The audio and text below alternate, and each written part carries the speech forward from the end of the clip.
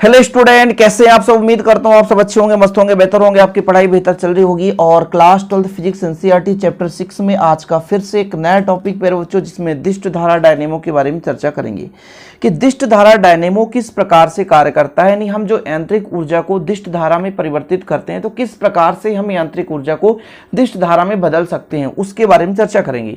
चूंकि ये डायनेमो है तो डायनेमो एक प्रकार का उपकरण है जो कि यांत्रिक ऊर्जा को विद्युत ऊर्जा में परिवर्तित करता है। जो डायनेमो होता है वो दो प्रकार का होता है बच्चों, एक प्रत्यावर्ती धारा डायनेमो और एक दिष्ट धारा डायनेमो। प्रत्यावर्ती धारा डायनेमो जो है इसके पहले लेक्चर में मैंने आपको कराया था, उम्मीद करता हूँ आप लोग देखे होंगे, तैयार भी कर लिए होंगे। लेकिन जो आज का जो टॉपिक है वो दिष्ट धारा डायनेमो है। मतलब हम यांत्रिक ऊर्जा से प्रत्यावर्ती धारा भी बना सकते हैं, प्राप्त कर सकते हैं। और एक हमारा दिष्ट धारा डायनेमो है, इसके माध्यम से हम यांत्रिक ऊर्जा को प्यारे बच्चों हम दिष्ट धारा में परिवर्तित कर सकते हैं। क्योंकि आपको पता है ऊर्जा संरक्षण का नियम, ऊर्जा ना तो नष्ट होती है ना तो उत्पन्न होती है, केवल एक रूप से दूसरे रूप में बदल जाती है। मतलब इसका केवल रूपांतरित होता है, बल्कि ना तो उत्पन्न होता है नई स्तर से, ना तो कहीं ना कहीं नष्ट होता है। ठीक है, जैसे हम बोल रहे हैं, हमने एनर्जी ग्रहण की, कहीं ना कहीं से ऊर्जा प्राप्त की, इसके बाद हम बोल रहे हैं तो हम कहीं ना कहीं अपने अंदर की ऊर्जा को ध्वनि ऊर्जा में बदल रहे हैं। हाथ पैर हिला रहे हैं, मतलब कहीं ना कहीं कुछ ना कुछ एनर्जी लॉस कर रहे हैं, तो ऊर्जा रूपांतरित हो रही है दूसरे प्रकार के ऊर्जा में। ठीक है, एक प्रकार की ऊर्जा दूसरे, जैसे यांत्रिक ऊर्जा जो है विद्युत ऊर्जा में यहाँ पर परिवर्तित होगी, तो ये डायनेमो है। लेकिन इसमें दिष्ट धारा डायनेमो का मतलब ये है कि जो दिष्ट धारा डायनेमो होता है वो यांत्रिक ऊर्जा को दिष्ट धारा में बदलता है बच्चों। और जो हमारा प्रत्यावर्ती धारा डायनेमो होता है उसमें क्या होता था कि यांत्रिक ऊर्जा प्रत्यावर्ती धारा में परिवर्तित होता था। ठीक है, चीजें क्लियर है। चलो अब हम इसके संरचना के बारे में बात करेंगे, मुख्य रूप से इसको किस प्रकार से बनाया जाता है, तभी तो आपको समझ में आएगा कि वास्तविक रूप से है क्या और इसको हम कैसे बना सकते हैं। तो आप लोग इसका डायग्राम बना लेंगे, लेकिन इसके लिए प्यारे बच्चों आपको हेडिंग लगाना है रचना। रचना में क्या बताना है कि ये किस प्रकार से है ना मिलकर बना हुआ है, रचना। ठीक है, आप लोग हेडिंग लगाएं रचना। तो सबसे पहले इसकी परिभाषा आप लोग लिख लें, दिष्ट धारा डायनेमो, कि उस डायनेमो को दिष्ट धारा डायनेमो कहते हैं जो कि यांत्रिक ऊर्जा को दिष्ट धारा में रूपांतरित करता है। ठीक, चलिए तो रचना में जो पहला नंबर है प्यारे बच्चों वो आपका है, यहाँ पर देखिए NS, ये क्या है, क्षेत्र चुंबक। क्षेत्र चुंबक। अच्छा, एक चीज आपको मैंने पहले पढ़ाया था, उम्मीद है कि आप लोगों को क्लियर हुआ होगा, विद्युत चुंबकीय प्रेरण से संबंधित नियम, कि जब चुंबक और कुंडली के बीच आपेक्षिक गति होती है तो कुंडली में प्रेरित धारा उत्पन्न हो जाती है। यही चीज यहाँ पे भी होने वाला है बच्चों। ये हमारे पास ABCD एक कुंडली दिख रहा है, इस कुंडली को हम क्या करेंगे, कहीं ना कहीं गति कराएंगे, किसी बाह्य माध्यम से इसको घुमाएंगे, और ये हमारे पास चुंबक के ध्रुव खंडों के बीच एक कुंडली है, तो इस कारण से इसमें चुंबकीय फ्लक्स में परिवर्तन होगा और इसमें प्रेरित धारा उत्पन्न हो जाएगी। वही धारा बच्चों या तो दिष्ट धारा में बदलता है या तो आपका प्रत्यावर्ती धारा में। चिंता ना करें, दोनों में डिफरेंस भी बताऊंगा कि क्या डिफरेंस है बच्चों। ठीक है, चलिए तो क्षेत्र चुंबक में आप डिटेल लिखेंगे कि भाई जो क्षेत्र चुंबक NS है यह एक नाल चुंबक होता है। NS दिख रहा है, यह एक नाल चुंबक होता है या कि एक विद्युत चुंबक, दो ही चुंबक का प्रयोग करेंगे, या तो एक नाल चुंबक या तो विद्युत चुंबक। विद्युत चुंबक हमने आपको कराया था प्यारे बच्चों कि विद्युत धारा प्रवाहित करने से चुंबकत्व गुण उत्पन्न हो जाता है। लेकिन नाल चुंबक किस प्रकार का होता है, U आकार का मान लीजिए चुंबक होता है, इसके जो ध्रुव हैं उस दोनों किनारों पर होते हैं। ठीक है, ये आपका नाल चुंबक है, एक साइड N है तो एक साइड S है, ये आपका नाल चुंबक बन जाता है। ठीक है, कोई दिक्कत तो नहीं। तो ये नाल चुंबक है, इस चुंबक के बीच में हम कोई भी कुंडली को क्या कर सकते हैं, बिल्कुल किसी बाह्य माध्यम से गति करा सकते हैं। ये कुंडली है, तो फिर जब हम कुंडली को गति कराएंगे तो चुंबक के ध्रुव खंडों के बीच और कुंडली के बीच अपेक्षिक गति होता है। चुंबकीय क्षेत्र रेखाएं N से निकलकर S पर समाप्त होती हैं। चुंबकीय क्षेत्र रेखाओं में परिवर्तन से प्यारे बच्चों चुंबकीय फ्लक्स में परिवर्तन होता है, जिससे प्रेरित धारा उत्पन्न हो जाती है, और यही धारा दिष्ट धारा होती है। ठीक है, तो अभी तो आप क्षेत्र चुंबक लिख रहे थे। क्षेत्र चुंबक का मतलब ये हुआ कि इसमें या तो एक नाल चुंबक प्रयोग करते हैं या तो विद्युत चुंबक का प्रयोग किया जाता है। चीजें क्लियर है। चलिए दूसरा नंबर आपको देखना है बच्चों आर्मेचर। आर्मेचर क्या है, ABCD आर्मेचर। दूसरा आपको हेडिंग लगाना है आर्मेचर। ठीक है, मैं आपको समझा रहा हूं और कैसे लिखना है वो भी बता रहा हूं, तो आपको रटना तो नहीं पड़ेगा, बिल्कुल नहीं रटना पड़ेगा। क्षेत्र चुंबक आपने समझ लिया कि यह एक शक्तिशाली चुंबक है, और यदि मतलब एक प्रकार से नाल चुंबक है, और यदि हम शक्तिशाली डायनेमो का प्रयोग कर रहे हैं तो फिर हम एक विद्युत चुंबक का प्रयोग करते हैं। तो NS एक आपका क्या है, या तो नाल चुंबक या तो विद्युत चुंबक। आर्मेचर क्या है बच्चों, ये आर्मेचर आपको दिख रहा है ABCD, ठीक है, बिल्कुल दिख रहा होगा ABCD। अब इसको मैं एक छोटे से डायग्राम के माध्यम से समझाऊंगा। मैंने एक नमूना बना रखा बच्चों, ये मैं आपको दिखाना चाहता हूं। ये देखिएगा जरा, यहाँ पे देखिए, ये आपको दिख रहा है, ये देखो, ये आर्मेचर है। क्या है, आर्मेचर, बिल्कुल दिख रहा है ना, ठीक है, ये आर्मेचर है। मैं यहाँ पे कह दूं मान लो A, ठीक है, ये बच्चों, और ये मेरा B, ये मेरा C, और ये मेरा D, ठीक है, थोड़ा सा ये D है, इसको मैं बदलूंगा, ठीक है, इसको मैं बदलूंगा, देखिएगा थोड़ा सा, ये आपका C है तो यहाँ पर C रहेगा, ये आपका D रहेगा, ये A रहेगा, ये B रहेगा, जो जहां पे है वहीं पे रहेगा, ठीक है। इतना चिकना है ये देखो, B है ना, तो इसके नीचे B मैंने बना दिया है, ये देखो ये B है, और इधर C है बच्चों, तो यहाँ पर मैंने C बना दिया है, ठीक है। ये मेरा A है तो यहाँ पर A है, कोई दिक्कत नहीं। तो दोनों साइड मैंने बना दिया ताकि आपको परेशानी ना हो समझने में, ठीक है, चीजें क्लियर है। ये देखो भाई साहब, एक हमारे पास ABCD आर्मेचर है। ये आर्मेचर कैसे बनाएंगे, तो ABCD में कोई दिक्कत तो नहीं है, फिर से समझ लो, ये बिल्कुल मिटा जा रहा है, ABCD है, ठीक है। तो ABCD क्या है, एक आर्मेचर। ये आर्मेचर कैसे बनाते हैं, एक हम नर्म लोहे का क्रोड ले लेते हैं। क्या ले लेते हैं, नर्म लोहे के क्रोड में तांबे के विद्युत रोधी तार को लपेट दिया जाता है, तो हमारा एक कुंडली बन जाता है, जिसे हम आर्मेचर कहते हैं। कुछ भी नहीं है, बहुत ही सिंपल है बच्चों, ये बिल्कुल समझ में आ रहा है। एक तो इतना ये चिकना है कि कहीं पे रख दो तो उठ ही नहीं रहा है, समझ रहे हो, ये देखो समझ में आ रहा है, ये ABCD, ठीक है, समझ में आ रहा होगा ABCD, ठीक है। ये आपका एक मान लीजिए यहाँ पर एक छोटा सा यानी नरम लोहे का क्रोड लगा देते, और इसमें हम विद्युत तांबे की तार को लपेट देते बच्चों, तो फिर ये हमारा बन जाता आर्मेचर। क्लियर।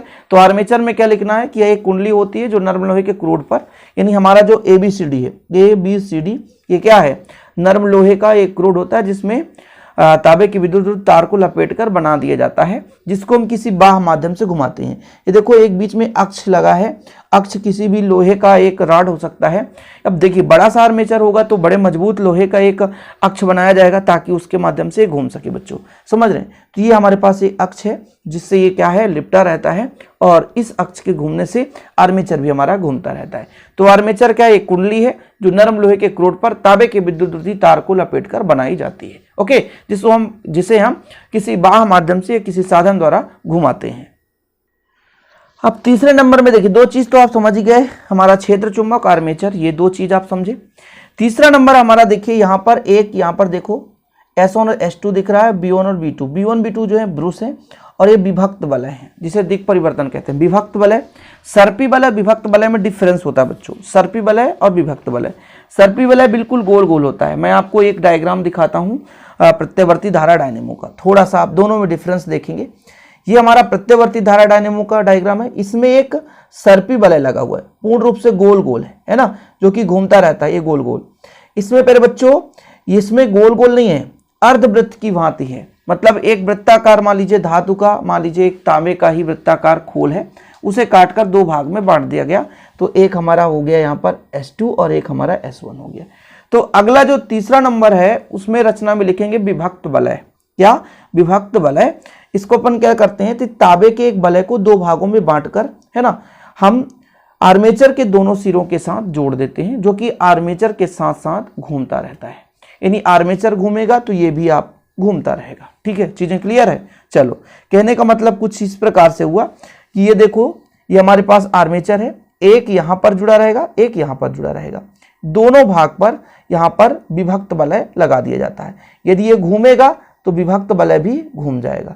यदि प्यारे बच्चों इसको हम घुमाएंगे तो विभक्त वलय भी घूम जाएगा। जैसे विभक्त वलय मान लीजिए यहाँ पे है, कुछ यहाँ पे, ठीक है, यहाँ पे, ठीक है, और जैसे ये घूमेगा तो इसके साथ विभक्त वलय भी घूम जाएगा, ठीक है, चीजें क्लियर। चलो, तो विभक्त वलय आप लिख सकते हो कि तांबे के एक वलय को दो भागों में बांट करके कुंडली के यानी आर्मेचर के दोनों सिरों पर लगा दिया जाता है, जो कि आर्मेचर के घूमने के साथ साथ ये भी अपनी धुरी पर घूमता रहता है, यानी आर्मेचर के साथ साथ घूमता रहेगा। चीजें क्लियर। चलिए, इसके बाद आपका आता है ब्रूस B1 और B2। ये ब्रूस का काम क्या होता है कि जो भी यहां से भाई हमारा इलेक्ट्रॉन फ्लो हुआ, धारा बहा, उस धारा को कलेक्ट करता है, यानी जो भी धारा आर्मेचर में से आ रहा है उसको एब्जॉर्ब करता है, लेकर के परिपथ में बहाता है। तो B1 और B2 दो ब्रूस हैं, ये कार्बन की पत्तियों के बने होते हैं। B1 और B2 कार्बन की पत्तियों के बने होते हैं, लेकिन जो B1 और B2 यहाँ पर एक थोड़ा सा ऐसे मैं कर दूं, थोड़ा सा मजबूत तरीके से, ये लो, ये B2 है और ये बच्चों B1 है, ये B1 B2। ये कार्बन के ब्रूस फिक्स होते हैं, स्थायी होते हैं, ये घूमते नहीं है। घूमता कौन है? घूमता बच्चों आर्मेचर, आर्मेचर के साथ S1 S2 विभक्त वलय घूमता है, ना कि आपका B1 और B2। B1 B2 जो है ब्रूस है वो फिक्स है, इसलिए तो B1 B2 यहां पर फिक्स है, यहां पर भी B1 B2 फिक्स है। लेकिन बच्चों S1 जैसे यहां पर है ना, ये जब घूमेगा तो S1 इधर आ जाएगा, देखो S1 इधर आ जाता है और S2 इधर चला जाता है। तो दोनों में डिफरेंस भी समझना है कि सर ये डायग्राम यहाँ पे बना है, ये डायग्राम यहाँ पे बना है, तो भाई साहब क्या डिफरेंस है सर? देखो कुछ डिफरेंस तो होगा, तभी तो दो डायग्राम बनाया हूं। यहाँ पर क्या है, आर्मेचर ABCD है, ठीक है। कुल मिलाकर कहने का मतलब ये हुआ, मैं एक आर्मेचर इसीलिए बना लिया हूं, भले ये पकड़ते नहीं बन रहा है, इतना मुलायम है कि बच्चों अभी मैं कुछ इस प्रकार से इसको दिखाना चाहता हूं। देखो जरा, ABCD अभी तो नजर आ रहा है ना, ABCD नजर आ रहा है आपको, ABCD ये बिल्कुल मिट चुका है यार, और अभी देखना नहीं तो ये देखो यहाँ पे पूरा देखो C यहाँ पे लिख गया, इसका कारण यही है। इसको अब ऐसा कुछ समझाऊंगा, ABCD। अब बच्चों जब मैं इसको घुमाऊंगा घुमाऊंगा घुमाऊंगा तो ये उल्टा हो गया, देखो अब ABCD ऐसा हो गया। तो देखो जरा क्या सही है, ABCD है, जब मैं घुमाया तो ऐसा हो गया, ठीक है। ये ऊपर की ओर आता है घूमते वक्त, ऊपर की ओर आता है दक्षिणावर्त में, ऐसा ऐसा घूमता है दक्षिणावर्त में ऐसा, ठीक है। फिर ये ऐसा घूमेगा, दक्षिणावर्त ये है, वामावर्त ऐसा है, एंटी क्लॉकवाइज है ना। क्लॉकवाइज आपका ये चीज है, ध्यान रखना, ये क्लॉकवाइज है, ये क्लॉकवाइज है, ठीक है। यानी जो AB का भाग ऊपर की ओर आएगा और CD का भाग अंदर की ओर जाएगा बच्चों, ठीक है। चीजें क्लियर है? तो ये चार चीज आप लिख लिए। अब आपकी बारी आती है कार्यविधि की। ये संरचना आप लोगों को समझ में आ गया होगा। कार्यविधि में क्या होता है बच्चों, हमने आपको बताया कि चुंबक और कुंडली के बीच आपेक्षिक गति होती है तो धारा बहने लगती है, तो क्लियर है। प्रेरित धारा उत्पन्न होती है, सबको पता है। हाँ सर, प्रेरित धारा तो उत्पन्न होती है। तो हमने कहा ना कि भाई साहब हमारे पास ABCD का आर्मेचर है, चुंबक के ध्रुवखंड NS के बीच रखा है, इसे बाह्य माध्यम से घुमाते हैं तो प्रेरित धारा उत्पन्न हो जाती है। अब ये सर धारा की दिशा किसने बताया? तो फ्लेमिंग के दाएं हाथ के नियम के आधार पर धारा की दिशा कुछ इस प्रकार से होगी। जैसे मैं यदि आपसे कहूं, थोड़ा सा इसको समझाना चाहता हूं कि बच्चों अभी कुछ इस प्रकार से हमारे पास आर्मेचर है। यदि ये ऊपर की ओर आएगा, ऊपर की ओर आएगा, है ना, ऊपर की ओर आएगा बच्चों, ठीक है, ऊपर की ओर आएगा। और धारा जो है आपका, ये देखो ये हमारे पास इस प्रकार से फिक्स आर्मेचर है, ठीक है, ठीक। तो ये कहां आएगा? ये ऊपर की ओर आएगा, दक्षिणावर्त में घुमाएंगे तो ये ऊपर की ओर आएगा, ऊपर की ओर आएगा। और इसके लंबवत ये आपका प्यारे बच्चों क्या है? चुंबकीय क्षेत्र रेखाएं। चुंबकीय क्षेत्र रेखाएं N से S की ओर चलती हैं। मैं इस पेन की आत्महत्या कर दूं, और आत्महत्या का मतलब इस प्रकार से कुछ चुंबकीय क्षेत्र रेखाएं चल रही है। आर्मेचर ऊपर की ओर आएगा, चुंबकीय क्षेत्र रेखाएं इधर जाएगी, तब जो धारा की दिशा है बच्चों, धारा की दिशा इस प्रकार से होगी। क्यों?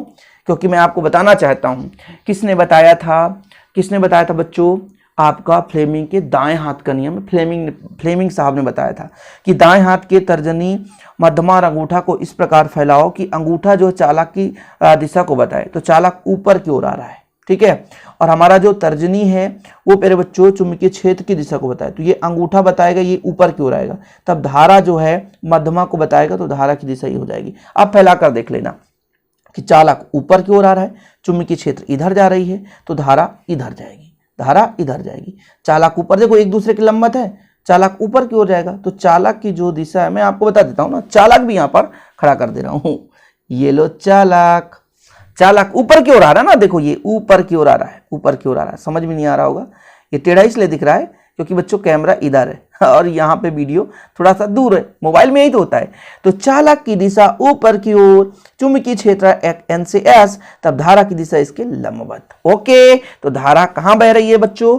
A से B की ओर बह रही है, A से B। चलो बच्चों इसको समझ लिए आप, A से B की ओर बह रही है और इस स्थिति में धारा B1 से B2 की ओर जा रही है। कोई दिक्कत तो नहीं है, प्रेरित धारा है, प्रेरित धारा तो बहेगी ही बहेगी। लेकिन बच्चों जैसे ये ABCD बदलता, इसको मैं पलट दिया ऐसा, तो अब देखो जरा, है ना, अब देखो, अब धारा कहां से बहेगी, धारा का तो क्रम वही रहेगा भाई साहब कि भाई साहब मैंने कहा कि फ्लेमिंग के दाएं हाथ का नियम, तो मैंने कहा था कुछ इस प्रकार से, ये मेरे धारा की दिशा, ये चुंबकीय क्षेत्र की दिशा, ये चालक की गति, चालक ऊपर की ओर आ रहा है, तो फिर धारा में भाई साहब आर्मेचर में भले बदल जाए, आर्मेचर क्योंकि ए बी की जगह सी डी ले रहा है, सी डी की जगह ए बी, लेकिन धारा तो इस प्रकार से बहेगी।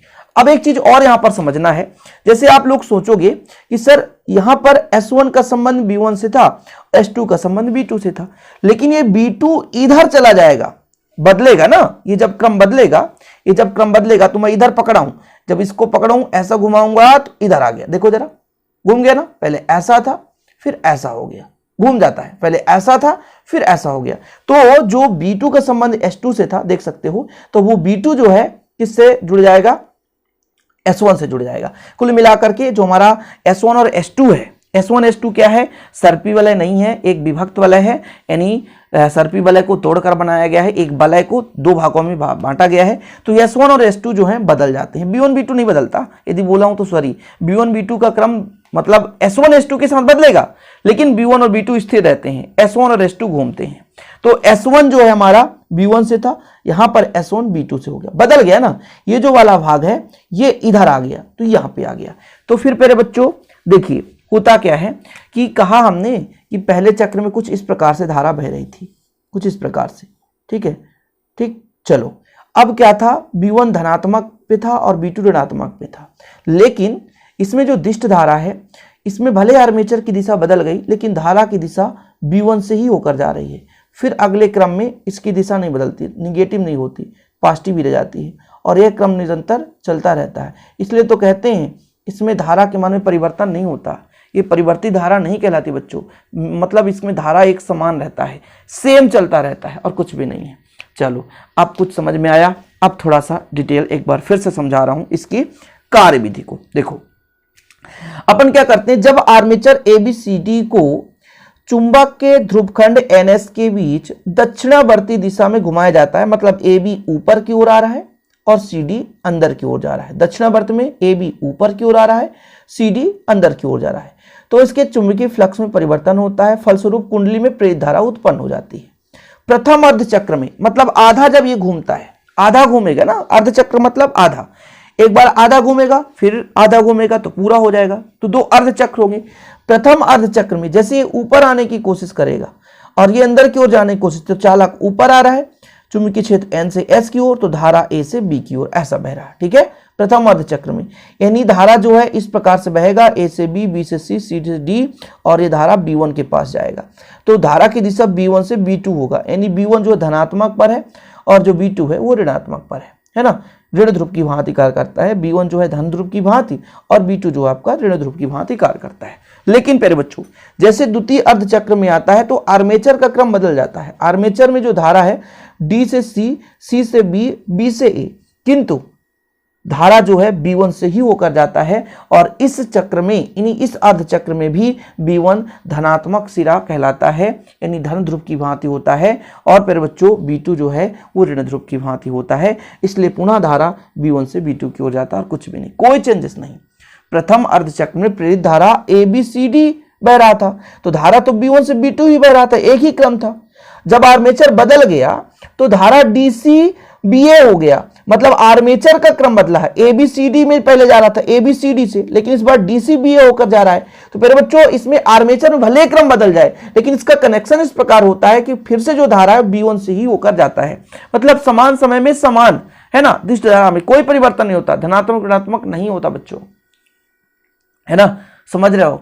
तो इसका मतलब ये हुआ भाई साहब कि दिष्ट धारा में जो है, जो हमारे बल रेखाएं हैं वो चुंबकीय फ्लक्स में परिवर्तन करते हैं, चुंबकीय क्षेत्र रेखाएं, प्रेरित धारा उत्पन्न हो जाती है, और इससे हम प्रेरित धारा को दिष्ट धारा के रूप में प्राप्त कर पाते हैं। ऐसा नहीं है बच्चों कि जो हम इसके पहले लेक्चर कराए थे उसमें धारा उत्पन्न नहीं होती है, लेकिन उसमें प्रत्यावर्ती धारा।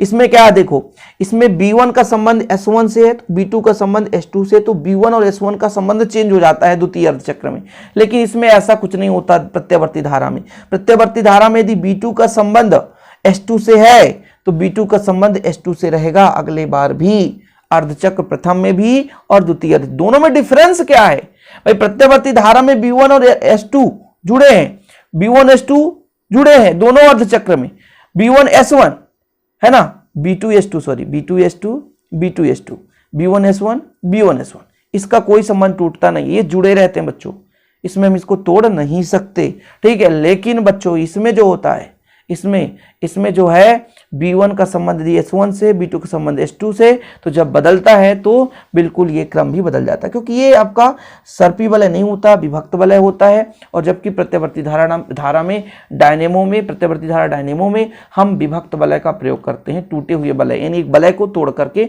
दोनों भागों को जोड़ देते हैं, तो हमारा विभक्त वलय बन जाता है।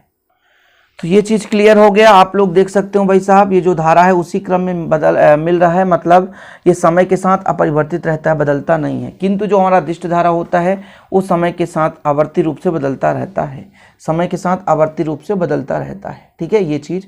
अब इसमें जो धारा का फार्मूला कैसे निकलता है, विद्युत वाहक बल का फार्मूला कैसे निकलता है, इस पर चर्चा करना है तो प्लीज अगले लेक्चर का आप वेट करना, और आप लोग कमेंट बॉक्स में बताना कि हाँ सर प्रत्यवर्ती धारा या दिष्ट धारा में धारा का मान कैसे प्राप्त करते हैं, विद्युत वाहक बल का मान कैसे प्राप्त करते हैं, ये किस प्रकार से फार्मूला निकलता है, तो उसका फार्मूला भी मैं करा दूंगा, जिससे आपको कोई परेशानी नहीं होगी। और ऐसे वीडियो पाने के लिए हमारे चैनल पर नए हैं तो चैनल को सब्सक्राइब करके बेल आइकन प्रेस कर लें। दिष्ट धारा में किस प्रकार से धारा उत्पन्न हुआ बच्चों, दिष्ट धारा डायनेमो में, प्रत्यवर्ती धारा डायनेमो में, इसके पहले का लेक्चर मैंने कराया था, उम्मीद करता हूं आप लोग देखे होंगे। चलिए मिलते हैं अगले लेक्चर के साथ। जय हिंद, वंदे मातरम।